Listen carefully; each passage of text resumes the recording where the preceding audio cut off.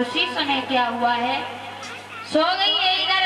महाराज उत्तानपाद को याद आई तो गए, सोचा है कि चलो आज हम सुनीति से मिल करके आते हैं। महाराज उत्तानपाद गए और जैसे ही गए हैं तो वहां पर आवाज लगाई है कि सुनीति सुनीति बाहर निकलो।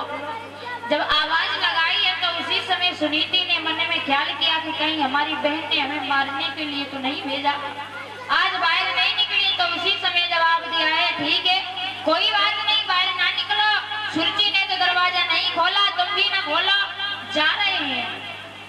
आज उसी समय जब इतने वचन सुने हैं, भागते हुए आई और जब भागते हुए आई अपने महाराज को देखती रह गई कि इतने दिन बाद बताओ, इतने दिन हो गए कोई मेरा ख्याल ही नहीं है।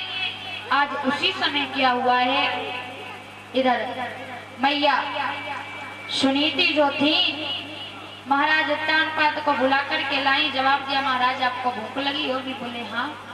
तो उसी समय क्या देखा है कि घर में जो जौ की रोटी आधी रह गई थी उसी पे नमक रख करके लाई है मैया सुनीति। जवाब दिया, महाराज इसके अलावा हमारे पास में आपको खिलाने के लिए कुछ नहीं। हम जानते हैं हम 56 प्रकार का भोजन करते हैं, लेकिन हम यही खाते हैं, हमारे पास में यही है, अगर आप खाना चाहो तो खा लो। उसी समय महाराज उत्तानपाद ने वो लिया, एक निवाला तोड़ा, मुख में नहीं चल रहा है। जवाब दिया, सुनीति धन्य है तुम्हारी जैसी पत्नी को, इतने दिन हो गए तुम ये जौ की रोटी खा करके गुजर चला रही हो और यहाँ हमसे एक निवाला नहीं खाया जा रहा है। तो उसी समय वहां पर महाराज उत्तानपाद ने एक रात सुनीति के साथ में काटी और जब काटी जैसी सुबह हुई, जवाब दिया है सुनीति से, सुनीति अब देखो जा रही है, देखो तुम्हें नहीं पता है अभी सुबह के 4 बजने वाले हैं, मंदिर में घंटियां बजने लगेंगी, वो जग जाएगी, हम जा रहे हैं फिर कभी आएंगे। आज उसी समय वहां से चले आए और जैसे ही आए हैं तो जैसे ही सुरची ने देखा एकदम से बोली, ये बताओ रात भर कहाँ रहे तुम?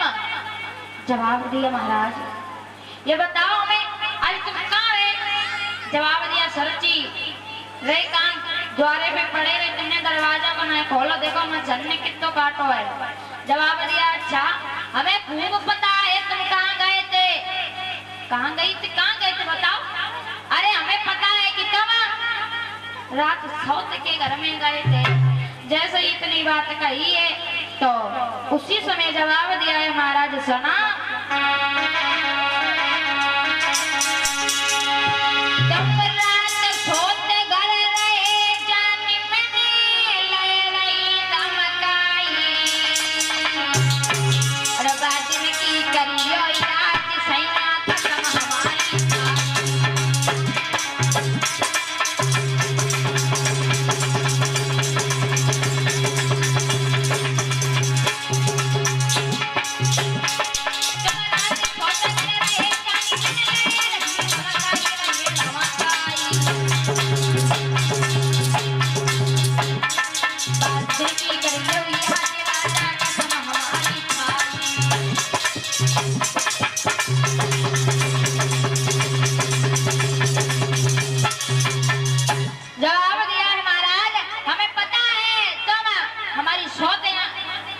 घर पर गए थे। जब इतनी बात सुनी है महाराज उत्तानपाद सोचने लगे, अगर हम दब गए तो ये हमें धमकाएगी, इसलिए हम क्यों ना दबे, बिल्कुल नहीं, पत्नी के सामने बिल्कुल नहीं झुकना चाहिए। जवाब दिया, अच्छा अगर हम तुम्हें ऐसा लगता है कि उसके पास में गए थे, ये लो तलवार जाकर के उसे मार दो।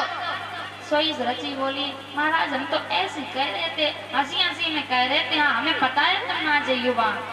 आज उसी समय क्या हुआ है, इधर उसी रात में मैया सुनीति ने गर्भ को धारण किया और इधर सुरची ने